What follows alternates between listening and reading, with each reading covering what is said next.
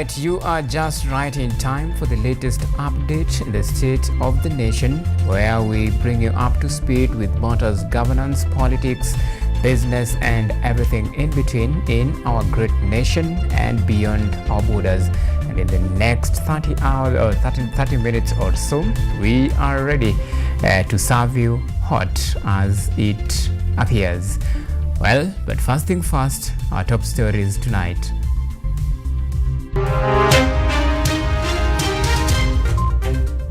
Tonight, the Investors Hub. Mudavadi lauds Kenya's strong financial sector as an investor-friendly destination to unlock new opportunities. Breaking the barriers. Ruto commends Safaricom for removing trade barriers to allow Kenyans to buy shares on their phones. Also tonight, shoot to kill. Amina Munyazi throws her weight behind shoot to kill orders issued by Coast Regional Police Commander to tame rising insecurity in Malindi. Plus, credibility on trial. Bas Party wants IEBC to conduct free and fair elections in the upcoming Bere North Ward by-elections.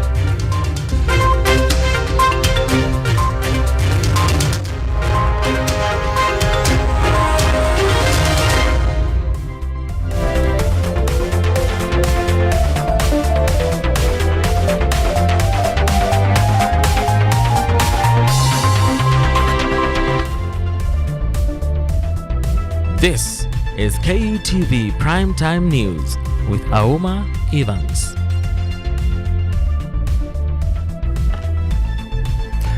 Alright, our sign language interpreter tonight is Joy Mtava. Remember, you can talk to us on all of our social media platforms. We are coming to you live on YouTube at KUTV News Live. You can tweet us on X at KUTV_Kenya. The hashtag to use, State of the Nation. So tonight we begin with the latest. Governors have now outlined an elaborate scheme used by senators in their quest for extortion that involved the office of chairperson of the Senate's County Public Accounts and Investment Committee, who is also Auma Bay Senator Moses Kajwang. In a tough press conference at the end of their two-day retreat in Kilifi, the governor said it had become a routine that each time one of them is called to the Senate, they are first forced to go to the office of the chairperson before session starts. And if by that time the office, or rather you refuse to bribe, and now they demand for the session to start over again. And this is in line with what the governors now says it's an scheme meant to extort monies from the Senate Public Accounts Committee.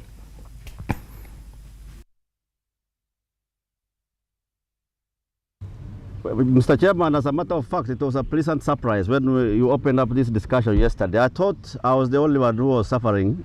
Kumbe, there are so many others who have been suffering in silence. So this is our position collectively as a council, and we are in this together. But to the public, let me reiterate one thing. We are not running away from our responsibility. Even in this period of stalemate, before the leadership will convene a meeting, we will be doing our responsibility justice by giving written responses. But we will not appear before them before the speaker convenes a special meeting. There is a tactic that the oversight committees are using to leverage on extortionist behaviors towards the governors. You go for a meeting that is supposed to start at 10 o'clock. First they call you early and they take you to the office and try to negotiate with you. Is there any pre-requirement that I have to go to the office of the chair of the committee first before I attend my meeting? Of course not. We are supposed to meet in the committee room, and the standing order number 209 of the Senate is very clear 30 minutes after the commencement or the hour of commencement of the meeting, if the quorum is not achieved, then that meeting stands adjourned.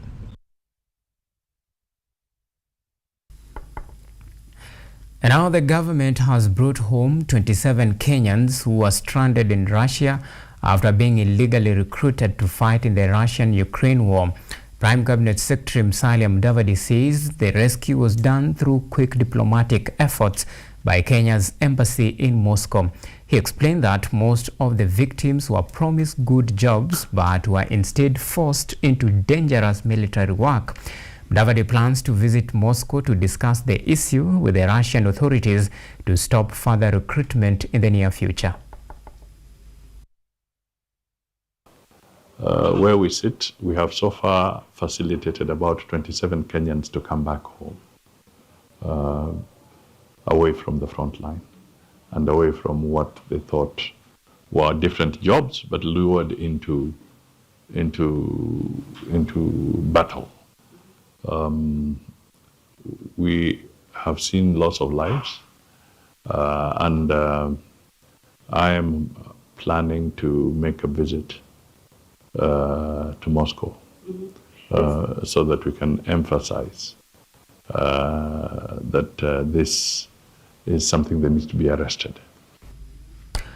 At the same time, Prime Cabinet Secretary Musalia Mudavadi has lauded Kenya for positioning itself as one of the most compelling investment destinations in the world, backed by peace and stability and strong and resilient financial sector and a dependable judicial system that gives investor confidence in their safety of their capital. Mudavadi spoke this during a meeting with visiting international institutional investor delegation from Stanbic Bank, led by Mr. Thomas Bisongo and Executive Head of Public Sector. Listen in. Prime Cabinet Secretary Musalia Mudavadi lauded Kenya's strong and resilient financial sector, describing Kenya as an investor-friendly destination to unlock new opportunities for strategic partnership. We are perhaps the most liberal economy in the region, and I'm sure you may be aware of this, particularly in the financial sector. We have a fairly robust capital markets. We also are working hard to build an environment that is pro-business. Speaking during a meeting with visiting international institutional investor delegation from Stanbic Bank, Mudavadi stated that the Kenyan constitution provide firm legal framework that protect private investment while also guaranteeing that investors can repatriate their profits seamlessly. As much as it may look tedious, but systematically, it is improving our delivery processes and getting us to move away, because what we want is when an investor comes in, we would like your investment to be protected because it's properly anchored in law and it was not out of fiat by a political leader in office at any one time. And I think that is very critical for good business. It should not be dependent on an individual sitting in an office. It should be dependent on very clear principles, legal foundations that can protect and give your business what is rightfully theirs. Mudavadi highlighted Kenya's growing role as an anchor state in the region and across Africa and convening hub for global investment dialogue. Financially, Kenya has got the largest footprint in the region. Out of the East African states, member states, which are 8, 552 of the branches, financial banks in the region, Kenya has the largest number, some of which are yours, but whether you're operating from Nairobi or licensed to operate, so we remain a hub for the financial sector in this place. Kenya will host the second Common Market for East and Southern Africa Investment Forum on 26th of March 2026 in Nairobi, as well as the France-Africa Summit in May, the first summit to be held by a non-Francophone nation. Auma Evans for KUTV, Nairobi.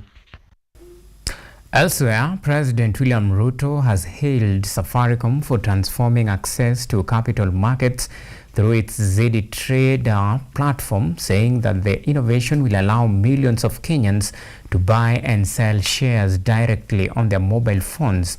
He described the initiative as a turning point that dismantles long-standing barriers which had locked out low-income earners from stock market participation. The head of state says the platform aligns with the bottom-up economic transformative agenda by democratizing ownership of public asset and expanding wealth creation opportunities to ordinary citizens across the country. Today, as we opened the doors, I realized that there could still be barriers.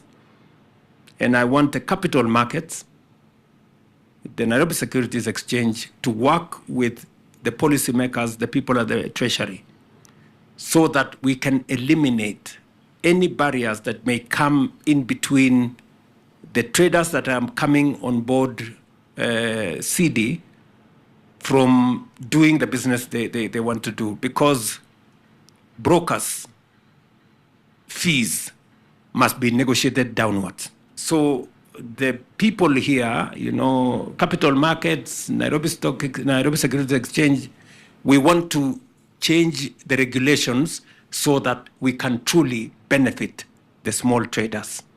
And you have seen they are coming in droves. And now the committee in charge of implementing the 10-point agenda and the National Dialogue Committee, the NADCO report, held a public forum in Migori County to find out how the public feels about the report, identify any gaps and get opinions on what has been accomplished so far. Edward Nyamu reports. Na kusema mambo yote. The committee in charge of implementing the 10-point agenda and the NADCO report has of late continued to receive pressure from political leaders and others. The committee, which is said to be the deciding factor, particularly in the ODM-UDA coalition, has continued its public engagement as it prepares its final report.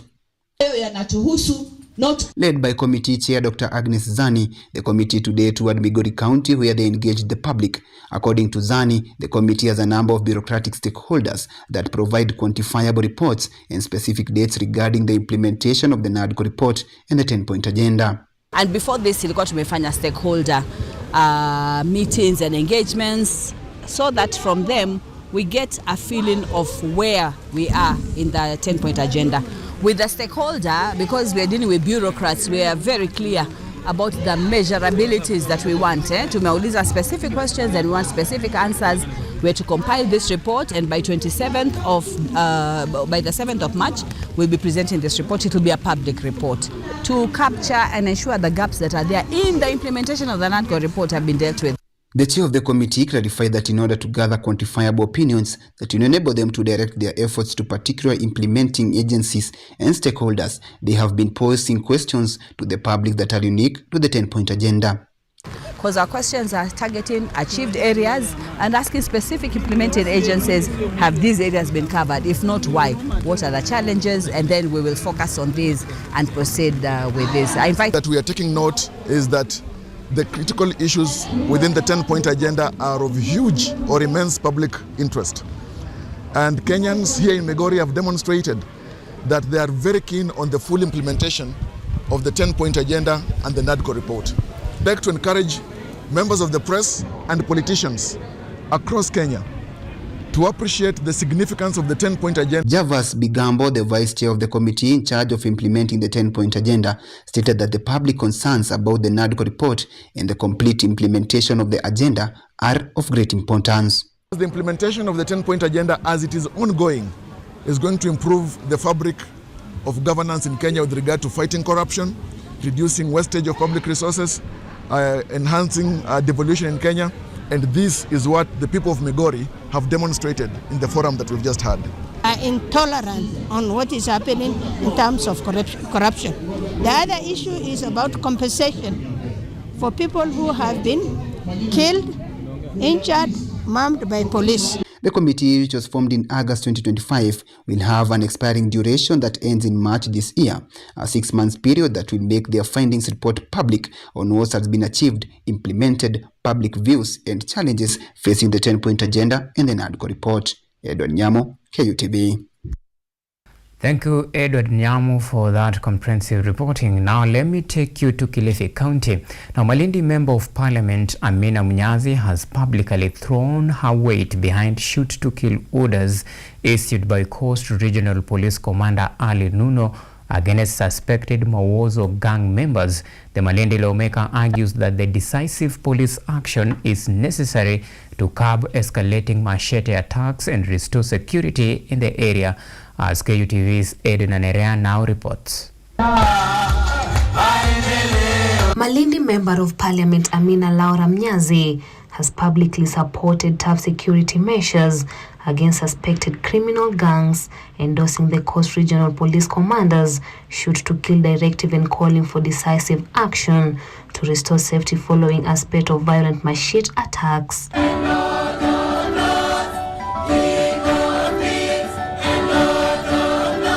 Amina Mnyazi highlighted recent violence, including the killing of a village elder 2 weeks ago, backing police action and urging youth to leave criminal gangs. Hata juzi 2 weeks ago in Malindi, kuna mzee mmoja wa kijiji alijitokezea yeye kama shahidi kwenda kuzungumza pale station kuhusu vijana wa vipanga. Sijui ilikuwaje wale vijana ambao walikuwa ni wako nje ambao ni marafiki zao wakajua na wakaenda wakamuua yule mzee 2 weeks ago, sijui 3 weeks ago. Activists walikuwa wako wapi? Yule mzee akiuawa na vijana wa vipanga hakuweza kuzungumza masuala kama haya. The Malindi lawmaker backed the Coast Police shoot-to-kill directive, urging residents to allow law enforcement to act freely. She called on parents to guide their children and warned youth to observe a strict 8 to 9 p.m. curfew to avoid trouble. Let the police do their work. Tumechoka. Kama wewe unalalimishwa na nini wewe, kama unajua mtoto wako wewe si woza na wala hana tabia mbaya ya ukorofi huko mitaani. Wanaolalamika ni wale ambao wanataka kutumia vijana vibaya. Lakini wewe kama mtoto wako yuko vizuri, una wasiwasi gani? Na hii ni onyo pia kwa nyinyi wazazi, kwa sababu mimi sitaki kuja kuliliwa. Wewe kama unajua mtoto wako ni mtovu wa nidhamu na anasumbua huko nje, mkanye. Malindi Sub-County Police Commander Moses Kosgei said security has been tightened across the region to curb Mawozo gang violence, urging residents to remain vigilant, cooperate with police and report suspicious activity for effective crime prevention. Usalama ni amana kuliko kila kitu. Usalama ikiwa mbele, kila kitu inaenda sambamba. Sinivo? Sawa. Malindi police continue targeting violent gangs, with leaders urging you to be disciplined and community cooperations to strengthen security and protect residents. Edna Nerea, KUTV, Nairobi.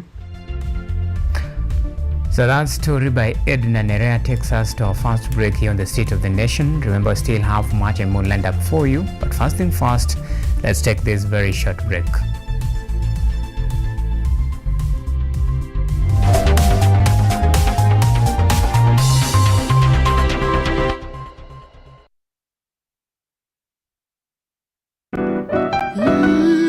Miti. Panda. Miti. Our planet's future is in our hands. However, there is a threat to the brightness of this tomorrow. On EarthCheck, we share the challenges, the solutions, and the hope. I would call this a very momentous day, a very critical day. Every episode, every story, every step we take creates a ripple. Join me, the environmentalist Emmanuel Kutosi, on KUTV every Wednesday at 8 p.m. and be part of Action. Welcome.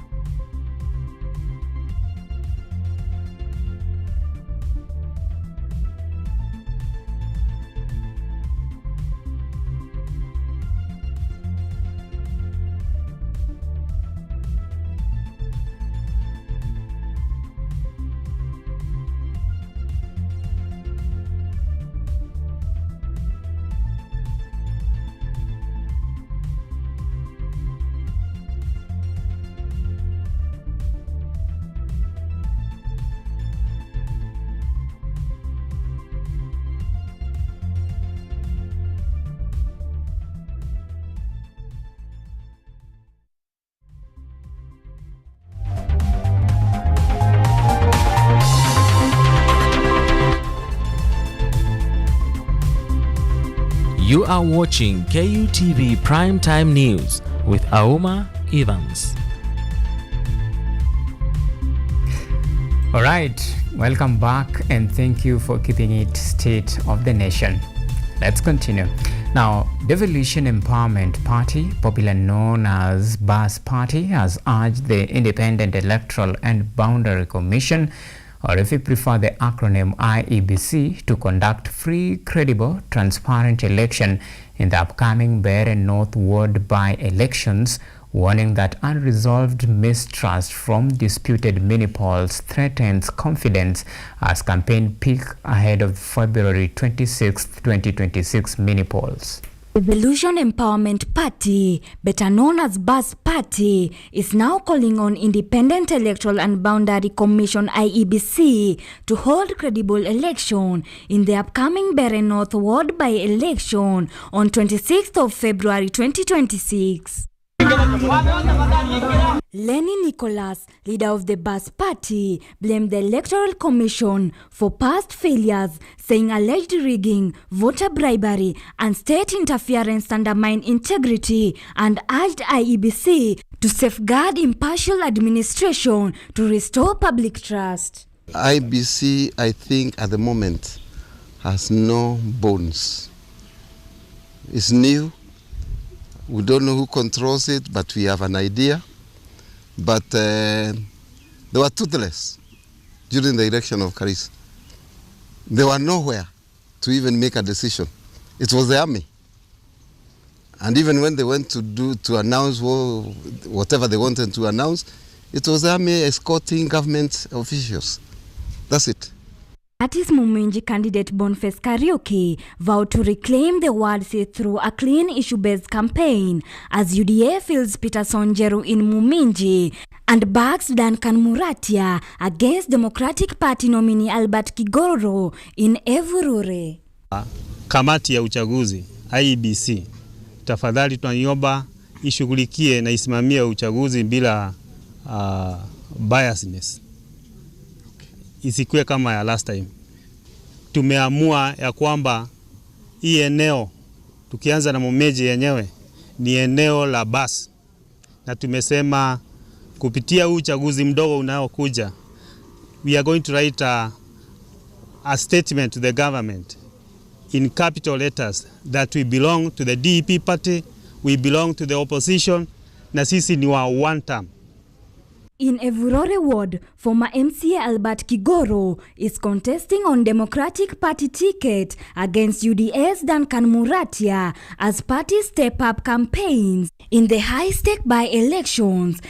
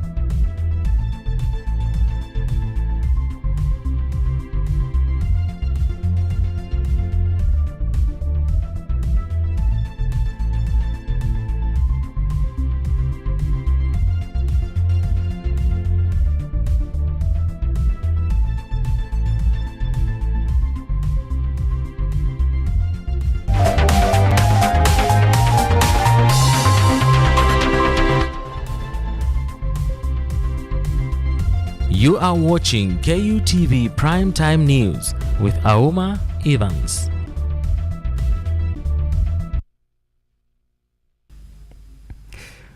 We most definitely apologize for that technical hitch-up.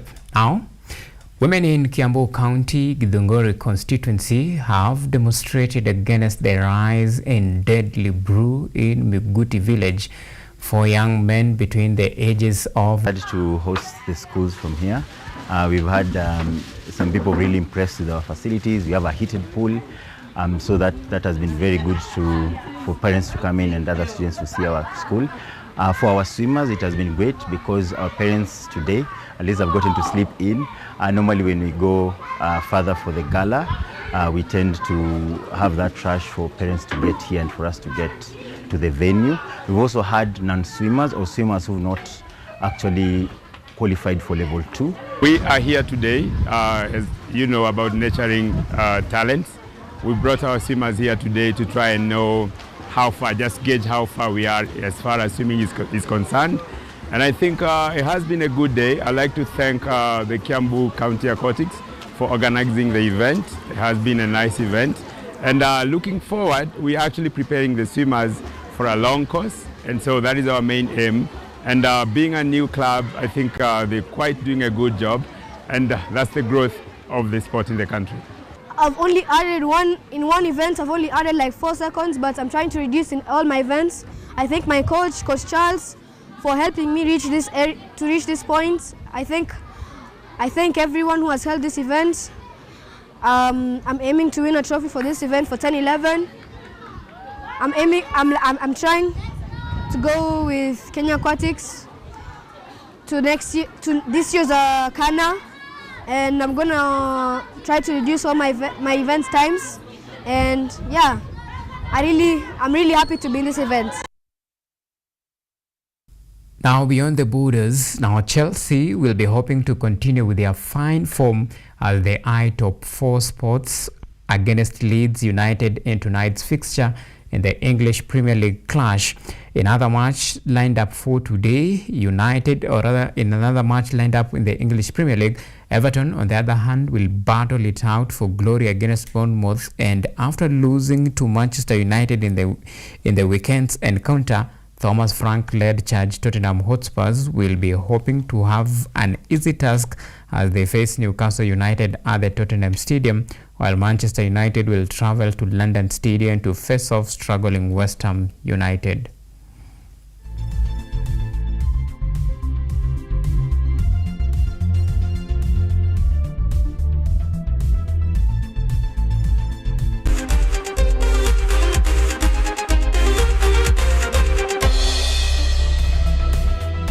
Alright, it's a wrap. Many thanks for keeping time and for always keeping us a company in the last 43 minutes or so. Until next time, do have a lovely night. And our sign language interpreter tonight has been Joy Mutava. Until then, do have a lovely night and God bless Kenya.